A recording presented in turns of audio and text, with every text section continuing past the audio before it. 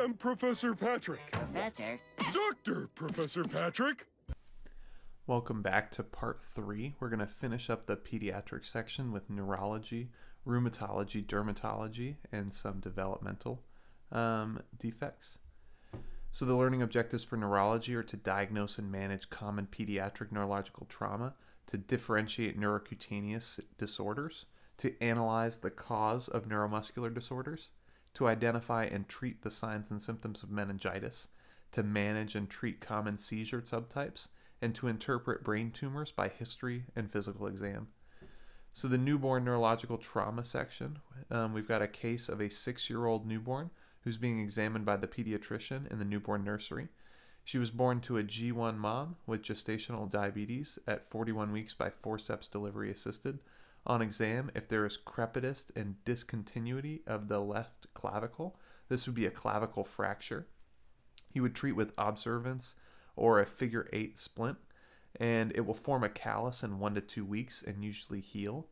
If there was asymmetry of the Moro reflex with a persistent extension and medial rotation of the left arm, this is Erbs-Duchenne's palsy or C5 to C6 injury. You can treat this with observation and refer to a neuroplastic surgeon at 3 to 6 months if it's not resolved. If there's a fluctuant mass on the cranium, this can be a cephalohematoma. This does not cross the suture lines, or a caput secundum, which crosses suture lines.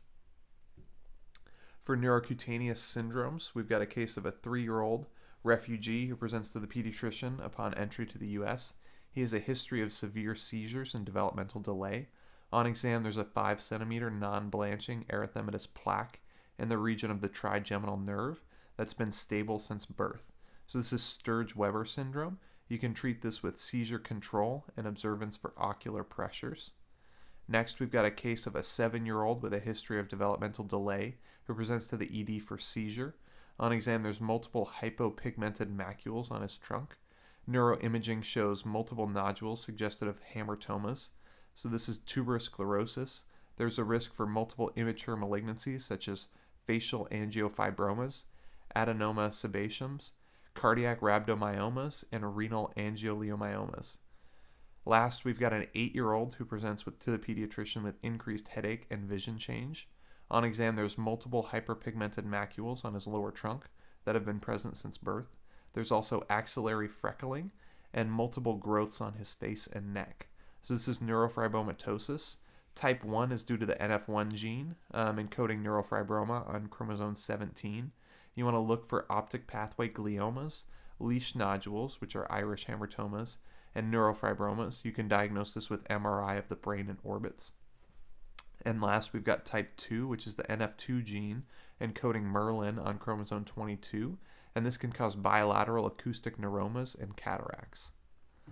For neuromuscular diseases, we've got a case of a 3-month-old infant with failure to thrive and difficulty feeding since birth. On exam, there's a classic tenting of the mouth and tongue fasciculations, and there are absent reflexes. So this is SMA type 1 or Wernicke-Hoffmann disease. This is a very poor prognosis, and recently there was a drug that can cure this, but it is highly expensive. Next case, we've got a 12-year-old boy presents for difficulty walking. His parents noted widening of the gait and increased clumsiness over the past year. On exam, there's pes cavus and abnormal sensation and reflexes in the ankle joint. This is Friedreich's ataxia. It's a trinucleotide autosomal recessive disease, and its most common cause of death is cardiac disease. It can cause myocarditis, CHF, and arrhythmias. And last, very similar to Friedreich's ataxia, we've got a 6-year-old girl who presents for frequent falling while playing. Her father, a soccer athlete, cites her atrophic bird-like legs and ankles. On exam, there's considerable pes cavus and abnormal sensation in the ankle joint, and this is Charcot-Marie-Tooth disease. The next test would be a sural nerve biopsy to confirm it, and you can treat this with ankle stabilization. So it's very similar to Friedreich's ataxia without some of the heart defects. Next, for meningitis, we've got an 18-year-old college freshman who experiences a headache and photophobia before going to sleep. He wakes up nauseous with a persistent headache and neck stiffness. Vital signs are blood pressure 87/61, pulse of 132. On exam, there's considerable neck stiffness and a positive Brudzinski and Koenig sign, as well as petechial rash. Next best step is a lumbar puncture with cell count and gram stain. If it's bacterial meningitis, it's likely to show high WBCs with neutrophils, high protein, and low glucose. If it's aseptic meningitis or viral meningitis, it's normal to high white blood cells with lymphocytes, high protein, and normal glucose. And last, if it's a fungal or TB meningitis, you would expect to see high WBCs, lymphocytes, and high protein, and low glucose. The treatment is empiric depending on the age and the likely organisms. So for neonates, GBS, E. coli with the extra K antigen, and Listeria are the most common bugs. You would treat that with ampicillin and gentamicin. And then you can consider third or fourth generation cephalosporins. If they're older than 30 days, around 60 days, they could start using that. For teens and adults, Neisseria meningitidis, strep pneumo, or H. flu are the most common. You would treat them with ceftriaxone and vancomycin, and close contacts would get rifampin. And then there's the meningitis vaccine series, which you can start to give at 12, and you give the second booster dose at 16 to 18. So for seizures, we've got a case of a 2-year-old who presents with a 3 to 4 minute seizure. Her mother describes her as shaking both arms and legs rapidly without consciousness. On exam, she's lethargic with a temperature of 38.7. There are no focal neurologic signs. So this can be a simple febrile seizure, and you can treat this with Tylenol. There's no increased risk of epilepsy if it's a simple seizure. So the simple seizures have to be less than 5 minutes. They have to be a generalized seizure, not a focal seizure. There have to be no focal neurological deficits, and they have to have an elevated temperature at that time. If they have more than 2 seizures in a 24-hour period, that's considered not simple anymore. So next case, we've got an 8-year-old being seen for ADHD drugs. At school, he's described as unable to focus, even during a sentence. He constantly looks off in the distance, and he's seen blinking. On EEG, there's a 3 Hz spike and wave pattern, which is pathognomonic for absence seizures. You can treat with ethosuximide or valproic acid. So in terms of brain tumors in your pediatric patients, we've got a 13-year-old boy who presents with increasing headache for the past 3 months. The headaches are worse when waking up or bending forward. They don't respond to NSAIDs. In the past week, he's had nausea and emesis associated with the headaches. So these are all red flags for headaches in pediatrics. The most common brain tumor would be a pilocytic astrocytoma. It presents with seizures, and it's commonly in the lateral cerebellum, and it's usually seen as a cystic mass on MRI. The most malignant would be a medulloblastoma. It's commonly found in the cerebral vermis, and it can cause truncal ataxia or hydrocephalus. The most odd, I would say, is a craniopharyngioma. It's caused by remnants of Rathke's pouch, and it can present with a bitemporal hemianopsia or endochrominopathies, and it appears as cystic with an oil mass. And the most interesting is probably a penioloma.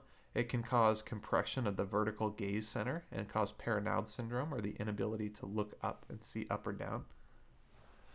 Moving into rheumatology and MSK, the learning objectives are to identify common congenital rheumatologic lesions, construct a management plan for Kawasaki's disease, contrast the presentations of muscular dystrophies, outline the presentation and complications of hip pain, analyze synovial fluid aspirates, break down the common symptoms of child abuse, and order the identify and intervene quickly, and then identify axial pathologies on radiograph.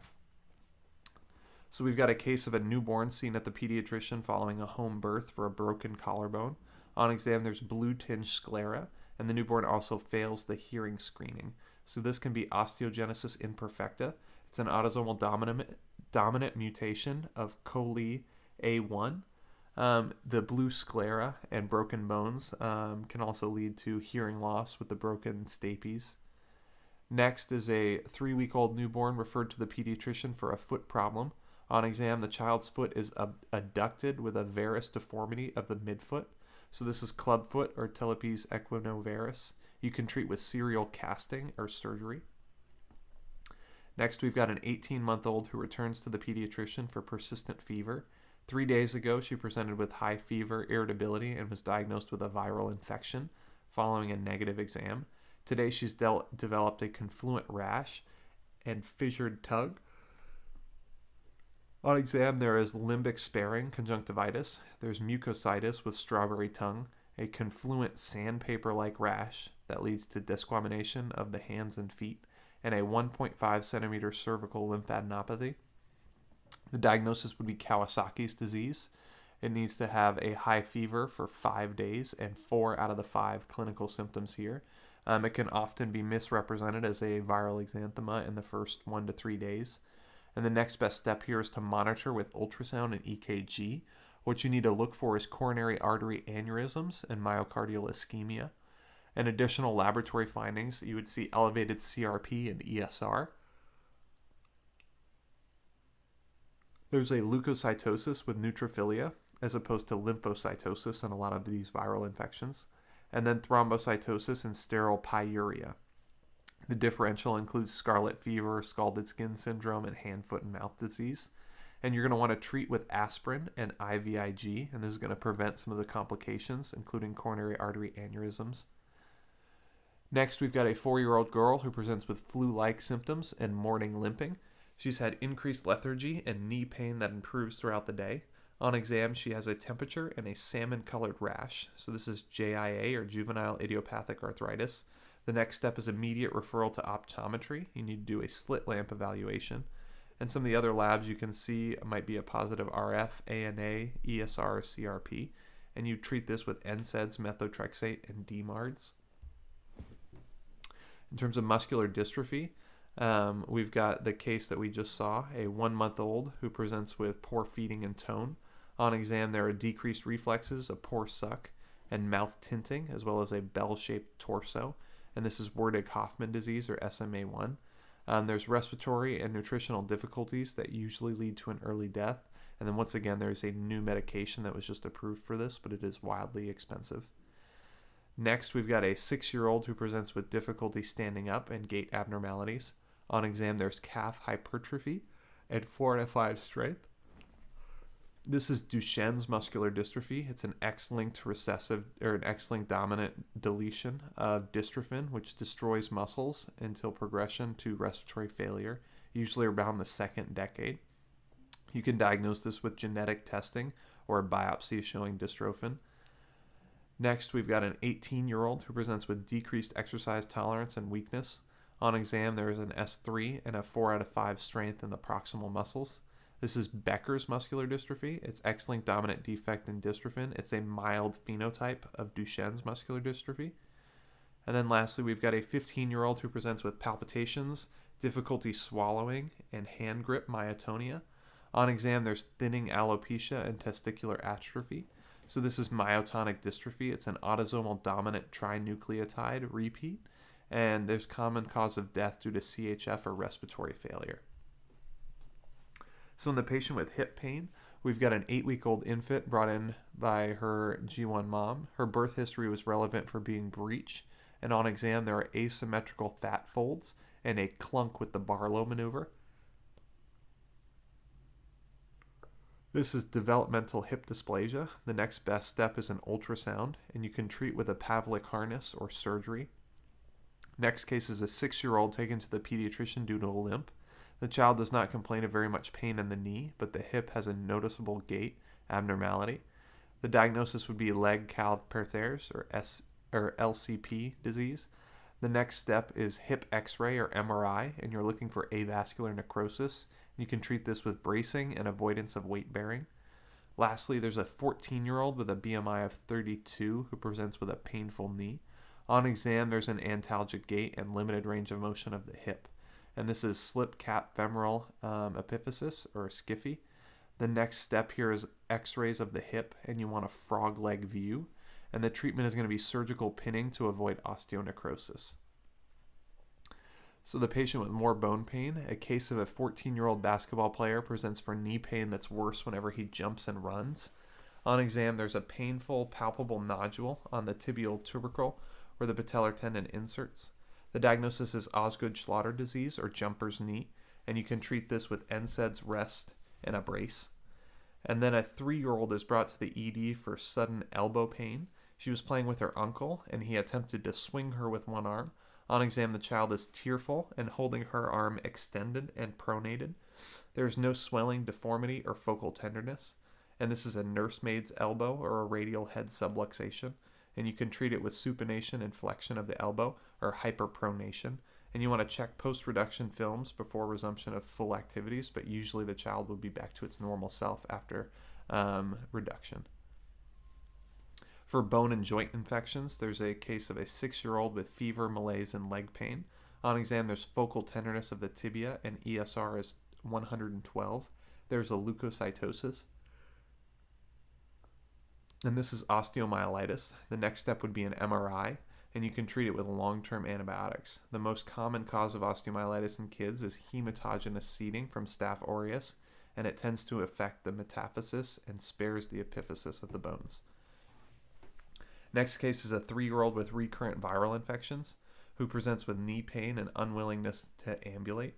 On exam, there's swelling and tenderness, but no fever, and laboratory studies show a normal white count and negative ESR and CRP. These are important differences from a septic joint where the patient would be febrile, there would be an elevated white count, and there would be elevated ESR and CRP. And this is transient synovitis. You can treat this with rest and NSAIDs, and consider LCP if it's not resolving. A septic joint is more likely to be febrile, inability to bear any weight, leukocytosis, and elevated ESR and CRP. So some diagnoses of child abuse here. We have a case of an 8-month-old seen in the ED for leg pain and irritability. She comes from a disadvantaged family, and her father raises her alone. He says that she was crawling around and she must have hurt her leg, but x-rays show a spiral fracture, and that's an uncommon fracture type, especially for children who are not weight-bearing, and that should raise suspicion for child abuse and be flagged immediately. Next is a 6-month-old who's seen at the pediatrician for well child check. He had a normal spontaneous vaginal birth and full term, but his mother has a history of postpartum depression, and he's not been able to sit up. On exam, there are conjunctival hemorrhages, so failing to meet developmental milestones would be a big risk factor. The conjunctival hemorrhages are common for shaken baby syndrome, and the history of postpartum depression increases the risk of this. Next, we have a case of a 10-year-old being seen at the pediatrician for a well child check. She has a marked change in personality from her previous visits, and her mother mentions how her grades and behavior in school have changed drastically since her and her father have separated. On exam, the child is withdrawn and hides bruises that are at varying stages of healing. So this could be child abuse once again. Having a major stress event and having a change in personality are both big risk factors for child abuse, and you would want to do a skeletal exam to look for breaks. Next is a 3-year-old presenting to the ED for a burn. His mother reports that she was making tea and the child must have pulled the kettle down and been splashed. But on exam, there's a clear line of demarcation between the burns, and there is sparing of the flexor joints. And this is classic for a scalding injury, and this should also raise concern and be flagged immediately.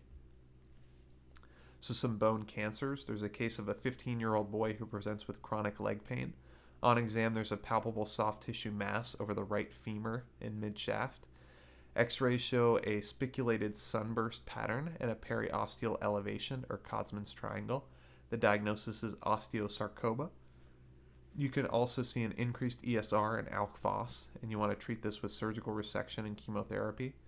And then lastly, there's a 9-year-old boy who presents with increasing pain in his right femur. He has a history of retinoblastoma as a toddler. X-rays show periosteal elevation and onion skinning deformity on the metaphysis. This is a Ewing sarcoma. It's treated with radiation and surgery, and it's related to retinoblastoma and radiation exposure. So some joint films to see here. LCP, showing the osteonecrosis of the left hip joint, and then a slip cap femoral epiphysis, so a SCFE, also on the left hip. Next, we've got osteosarcoma, where you can see the sunburst pattern and Codman's triangle, and then a Ewing sarcoma, which you can see the periosteal elevation. Going into dermatology now. The learning objectives here are to classify dermatologic diseases through visual and verbal descriptions, provide management plans for infectious and immune dermatologic conditions, and associate dermatologic findings with internal pathology. So we're going to start out with milia. We've got a case of a newborn presenting with pearly pinpoint cysts on the cheek and nose. On biopsy, there are hair follicles and keratin. So this will spontaneously resolve, or you can use topical retinoids if there's a large burden. Next is erythema toxicum. On day of life 3, a newborn develops erythematous macules with papules and small pustules on the face, and it migrates to the trunk. Biopsy shows eosinophils, and these are completely benign. Next is neonatal acne. This is a 6-week-old infant who's seen for inflamed papules, pustules, and comedones on the forehead and cheek. You want to rule out any other forms of viralization, like CAH, and you would treat with benzoyl peroxide or topical erythromycin to prevent any scarring. Next is Mongolian spot. We've got a 1-week-old being seen at the pediatrician for a bruise following delivery. The patients are from an affluent Laotian family and are threatening to sue. And this is completely benign. It may involute by age 4, but it's bluish brown birth spots, commonly on the back and buttocks. Next is a nevus simplex, and this is a newborn found to have a single 5-centimeter pink macule with irregular borders that blanches on compression on the back of the neck. This is a stork bite or angel kiss. It can also be a port wine stain, and these resolve spontaneously, but you can do pulsed laser for cosmetic instances. Next is a hemangioma. This is a newborn who's found to have an enlarging 5-centimeter erythematous plaque that was noticed at 3 months of life. You can treat these with propanolol if they're non-involuting. They can cause disruption of vision, or they can be cosmetically unsightly. Next is a nevus sebaceous. A newborn is found to have a 3-centimeter oval yellow-orange alopecia patch on the scalp. In adolescent, the lesion develops a warty, scaly appearance, and this can be related to certain syndromes, and you want to monitor for skin cancer. Surgical excision may be necessary for the lesion. Next is seborrheic dermatitis. This is a 2-month-old baby who's being seen for a crusty salmon pink, greasy, scaly skin on the scalp and axilla, and you can treat this with gentle shampoo and ketoconazole. Next is herp angina versus herpetic gingivostomatitis. This is a common differential that they use in pediatrics. So we have a 3-year-old boy presenting with sore throat and fever. On exam, there's multiple ulcers and vesicles with a gray border on the pharynx, tonsils, soft palate, uvula, and tongue, and this is often caused by Coxsackie or echovirus, and you want to treat this with supportive care, as symptoms can last up to a week. Next is herpetic gingivostomatitis, and this is a 1-year-old with fever, headaches, and painful lesions on the mouth, causing difficulty eating and drinking. On exam, there are pinpoint vesicles and ulcers on the gum, cheeks, and lips, and this is caused by HSV, and you can treat this with acyclovir and oral rehydration. So herpetic gingivostomatitis is more in the anterior of the mouth, and herp angina is more in the posterior of the mouth, and that's how you can help differentiate these. Next is scalded skin syndrome. This is a 1-year-old who presents with a widespread, thin-walled, fluid-filled vesicles with positive Nikolsky sign, and there is perioral crusting without involvement of the mucous membrane, and this is caused by exfoliative A and B toxins released by Staph aureus, and you can treat this with clindamycin and oxacillin.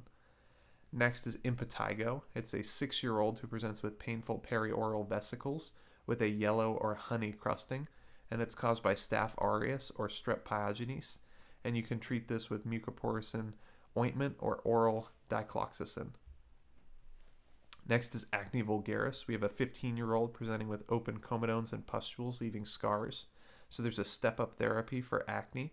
You would start with topical benzoyl peroxides over the counter, and then you would move to topical retinoids, which are now over the counter, followed by topical antibiotics and oral antibiotics by prescription, and then finally oral retinoids like Accutane are by prescription only.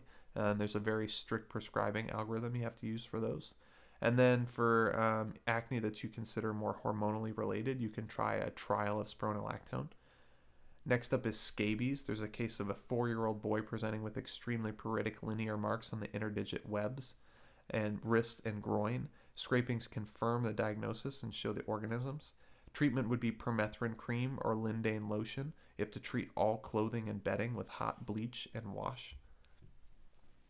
Next up is Lyme disease. There's a 6-year-old from New Jersey who presents with an erythematous patch with a central clearing following a Boy Scout hike. And this is caused by Borrelia burgdorferi. It's carried by the Ixodes tick. And you would want to treat with doxycycline unless they are less than 8 years old, because doxycycline can cause bone deposits. And you would use amoxicillin in that case.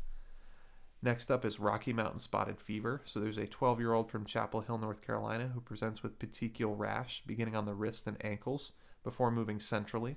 It's caused by rickettsia, and it's carried by the dermacenter tick. And you can treat this with doxycycline for everyone. Last, we're going to do ENT, or ophthalmology and otolaryngology. The learning objectives here are to contrast causes of neonatal conjunctivitis, to evaluate the patient with leukocoria, and to identify the correct management of patients with ear infections, and distinguish the causes of pharyngitis. So in terms of neonatal conjunctivitis, we've got a case of a 2-day-old newborn who's born in a rural hospital who develops red conjunctiva and tearing before discharge. He is afebrile, and exam shows clear discharge without ulcerations. This can be due to chemical conjunctivitis. It's due to a prophylaxis with silver nitrate. A lot of hospitals don't use the silver nitrate anymore, and they've moved on to erythromycin ointment. Next is a 5-day-old brought to the ED for eye gunk. The newborn photographer noticed while doing a photo shoot.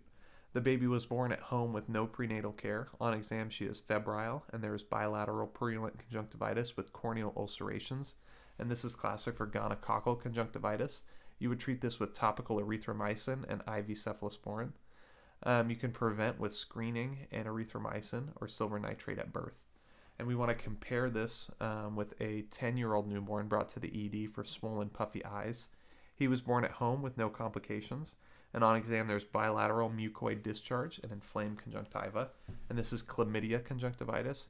You would treat this with topical erythromycin and or oral erythromycin to prevent the pneumonia. Both of these commonly present within 1 to 2 weeks. So gonorrheal conjunctivitis presents a bit earlier, within 7 days, and then chlamydia conjunctivitis can present later, up to 2 weeks following birth. Next, we have a case of strabismus and retinoblastoma. So we have a 4-year-old seen for a well child check. His mother notices that he has a lazy eye, and on exam there is equal red light reflex. Cranial nerves are intact, and over the cover-up test there is esotropia, or nasal deviation of the left eye when you cover alternating eyes. So the diagnosis is strabismus, and you can treat with occlusion or pennylation therapy to prevent amblyopia. So you would want to cover the good eye in this case, and you would force the weaker eye to compensate and develop, sort of catch up to the other eye. If the eye doesn't catch up, or if you leave this for too long, that eye can develop vision loss. Next, we've got a 1-year-old being seen for well child check. Her father shows you cute pictures from the holidays, but it's apparent that there's leukocoria. On exam, your concern is confirmed. So your next best step for any child with leukocoria would be referral to an ophthalmologist, the diagnosis of retinoblastoma until proven otherwise. For ear infections, there's a 2-year-old who presents with fever and increased fussiness. His mother, a smoker, noticed that he is not fed as much as normal and describes him as tugging at his ears. He's had a cough and runny nose the last week, but that resolved. Vital signs show a temperature of 38.4. On exam, it's difficult to assess the tympanic membranes due to wiggles, but there's a bulging erythematous membrane with noticeable immotility with insufflation. So the diagnosis here is acute otitis media. It's caused by strep pneumo H. flu or moraxella, and you would want to treat with amoxicillin or azithromycin, and you can consider using Augmentin if it's been treated with amoxicillin recently. Tympanostomy tubes are placed if the effusions failed to clear for greater than 4 months or there's evidence of hearing loss. Next, we've got a 13-year-old who presents with ear pain and decreased hearing. She's at summer swim camp and she noticed pain when she was trying to put on her goggles. She has a history of diabetes and good control. On exam, there's pain while manipulating the ear and thick green exudates obstructing the external auditory meatus. There is no pain at the mastoid process, which is important. The diagnosis here is otitis externa. It's caused by Pseudomonas most often, and you can treat with topical fluoroquinolones. There's a danger of invading temporal bone, causing cranial nerve defects or osteomyelitis. Now for strep pharyngitis, we've got a 7-year-old who presents from school with a sore throat. This morning he felt warm and had a scratchy throat, and by lunchtime he was unable to swallow due to pain. He denies any cough. Vital signs show a fever of 38.8, and on exam there is unilateral cervical lymphadenopathy and inflamed exudative tonsils with palatine petechiae. And the next best step is a rapid strep antigen and culture, and you would treat this with penicillin or macrolides. Untreated strep can lead to rheumatic fever, and you even treat the strep, which can cause scarlet fever, PSGN, or PANDAS. So next, the child comes back 2 days later with a muffled hot potato voice and pain when moving his neck. On exam, you see a mass that's deviating the uvula, and this is a peritonsillar or retropharyngeal abscess. You can treat these with IND as well as antibiotics with an anaerobic coverage. So you would add clindamycin. Tonsillectomy recommended when there's greater than 7 episodes in 1 year, 5 in the most recent 2 years, or 3 in each of the most recent 3 years. Now we've got EBV and mononucleosis. So we have a case of a 15-year-old presenting with 1 week of severe dysphagia and malaise the week after homecoming. She went to a walk-in clinic a few days ago and was given amoxicillin, but she developed an allergic rash. Vital signs show a fever of 38.6, and on exam there's bilateral cervical lymphadenopathy, inflamed tonsils without exudate, and a palpable spleen tip. Your next best step would be a heterophile antibody or monospot test, and you can also do a blood smear to look for atypical lymphocytes. You would treat this with symptomatic relief and rest, and there's no contact sports for 6 weeks due to the risk of splenic rupture. So EBV is also related to nasopharyngeal carcinoma and Burkitt's lymphoma. And now we'll finally do the growth, development, and vaccination charts. So in terms of growth and nutrition, newborns lose 10% of their weight in the first week, and this is due to diuresis and extravascular spacing. They regain their weight by 2 weeks, and they double their weight by 6 months. And finally, they increase 50% of their length by 1 year. So any contraindications to breastfeeding would be galactosemia, PKU, and then contraindications from the mother would be HIV, herpes lesions on the breast, any TB, chemotherapy, use of lithium, or alcohol. And some non-contraindications to breastfeeding, anyone with Hep B, Hep C, or CMV, anyone who uses tobacco, if they're jaundiced or febrile, and it's all okay to breastfeed. So breast milk versus formula. Breast milk is higher in whey, lactose, and long-chain fatty acids, but it is lower in iron. So you have to think about iron and vitamin D supplementation. For babies' reflexes, when the head is extended and arms and legs both flex, this is the Moro. This disappears at about 4 months. And when you place your finger in their palm and they flex their hand and grab it, it's very cute, and it's called the palmar grasp. This can disappear at 6 months. If you rub their cheek and the head turns to that side, that's a root reflex, and it disappears by 6 months. And when they stimulate the dorsum of their feet and they step up, that is placing, and it disappears by 6 months. And if you turn the neck to one side, the opposite arm flexes and ipsilateral arms extends. So that's the tonic neck, and it disappears by 6 months. And then when a fall is stimulated, the arms are extended, and that's the parachute reflex, which develops at 6 months. Some of the milestones to look out for: at 2 months, you can start to hear cooing. They develop a social smile. They're able to hold their head up, and they can follow an object. At 4 months, they should be able to sit with support. The Moreau reflex disappears, and they're oriented to voice and laughter. At 6 months, they can roll over, creep and crawl, and they have stranger anxiety, and they start to babble. At 9 months, they should be able to sit unsupported and use a pincer grasp, pull themselves to stand up, and object permanence, or peekaboo, loses its effect. At 1 year, they should be able to stand. They should have their first words, begin to use a cup, and stack 3 cubes. This is when separation anxiety gets worse. At 2 years old, they should be able to run, walk up and down, or walk upstairs, throw balls, stack 6 cubes, use 2-word sentences, and half of their speech should be understandable.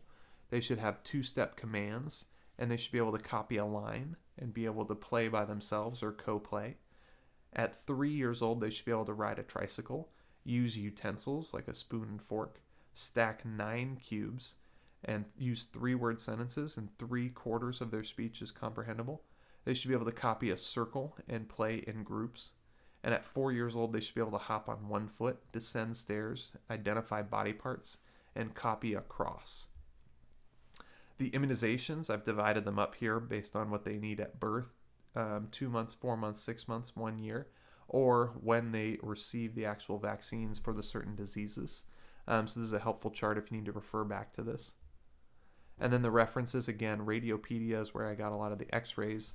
DermNet had all the dermatologic images, and the Awkward Yeti is the cute and characterized personalized organs. So thanks for listening. Keep watching. There should be a Step 2 CS movie as well as an OB-GYN review next. I am Professor Patrick. Professor? Dr. Professor Patrick.